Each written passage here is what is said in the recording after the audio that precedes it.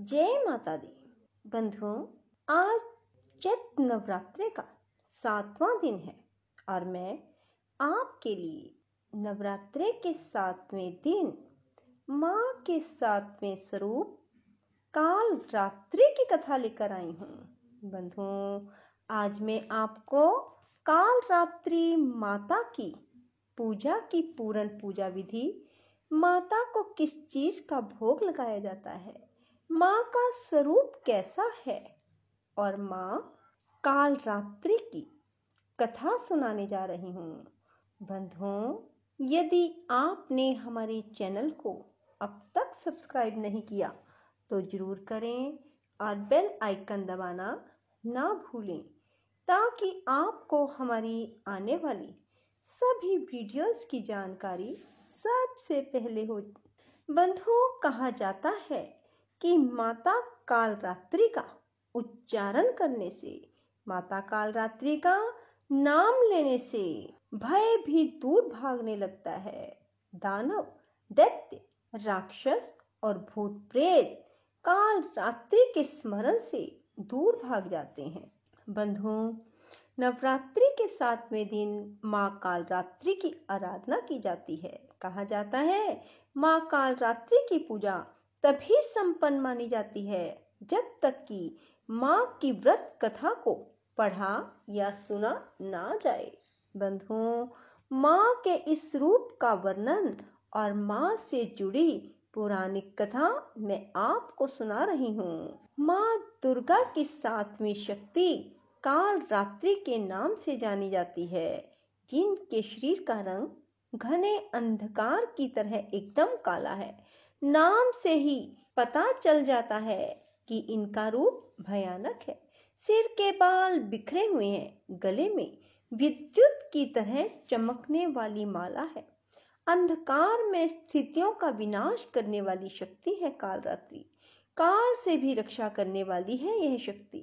काल रात्रि माता के 3 नेत्र हैं। ये तीनों ही नेत्र ब्रह्मांड के समान गोल हैं। इनकी सांसों से अग्नि निकलती रहती है।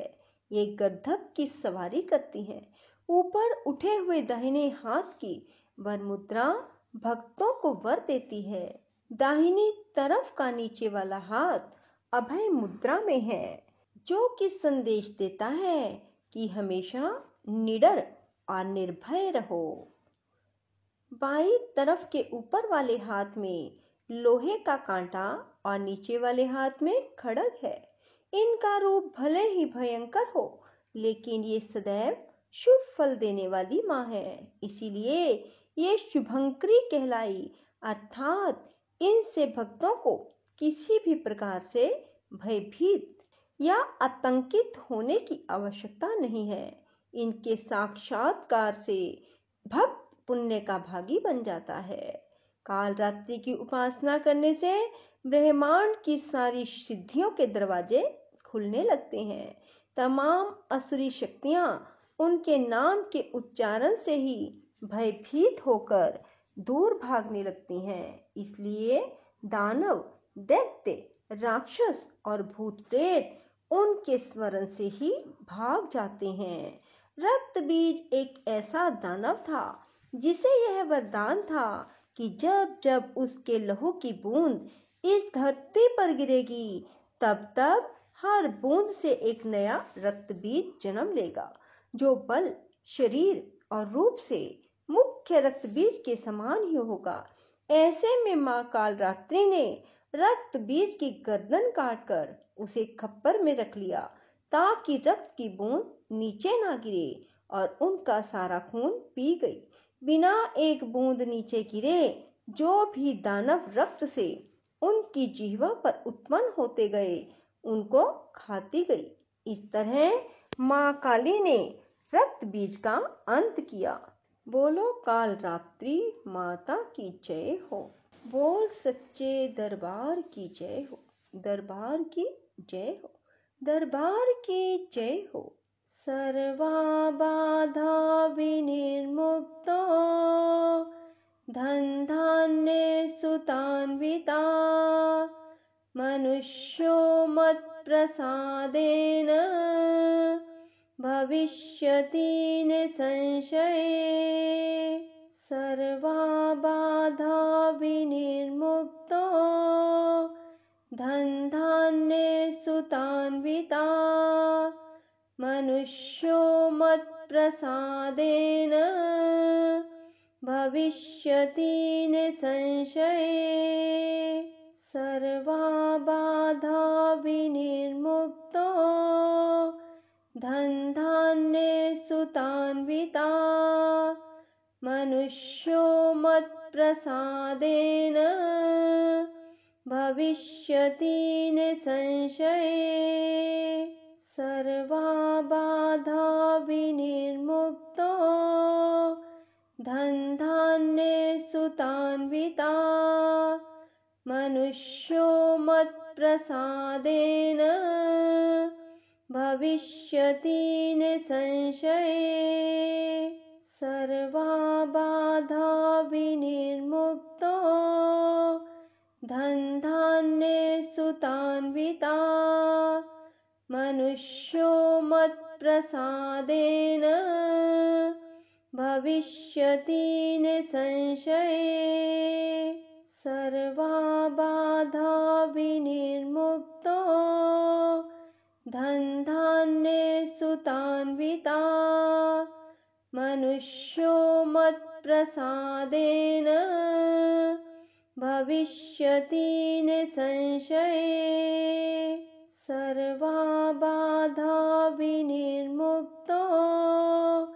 धनधान्ये सुतान्विता मनुष्यो मत्प्रसादेन भविष्यति निसंशये सर्वा बाधा विनिर्मुक्तो धनधान्ये सुतान्विता मनुष्यो मत्प्रसादेन भविष्यति निसंशये सर्वा बाधा विनिर्मुक्तो धनधान्ये सुतान्विता मनुष्यो मत्प्रसादेन भविष्यति निसंशये सर्वा बाधा विनिर्मुक्तो धनधान्ये सुतान्विता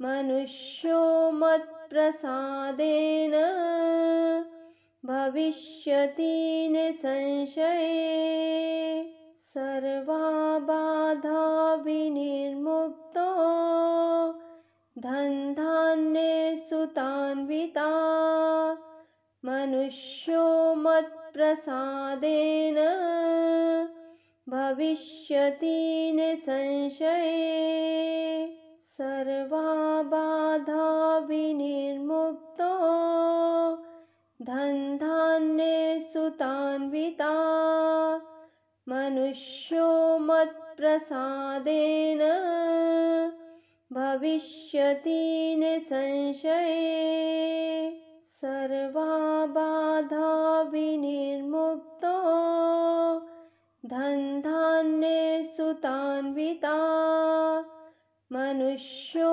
मत्प्रसादेन भविष्यति निसंशये सर्वा बाधा विनिर्मुक्तो धनधान्ये सुतान्विता मनुष्यो मत्प्रसादेन भविष्यति निसंशये सर्वा बाधा विनिर्मुक्तो धनधान्ये सुतान्विता मनुष्यो मत्प्रसादेन भविष्यति निसंशये सर्वा बाधा विनिर्मुक्तो धनधान्ये सुतान्विता मनुष्यो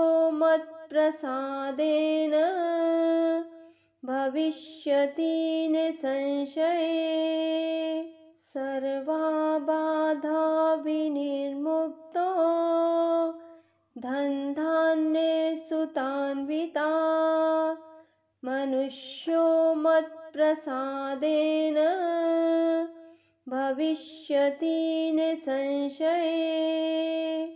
जय माता दी। बंधुओं, यदि आपको हमारी वीडियो पसंद आए तो इसे लाइक करें और शेयर भी जरूर करें। धन्यवाद।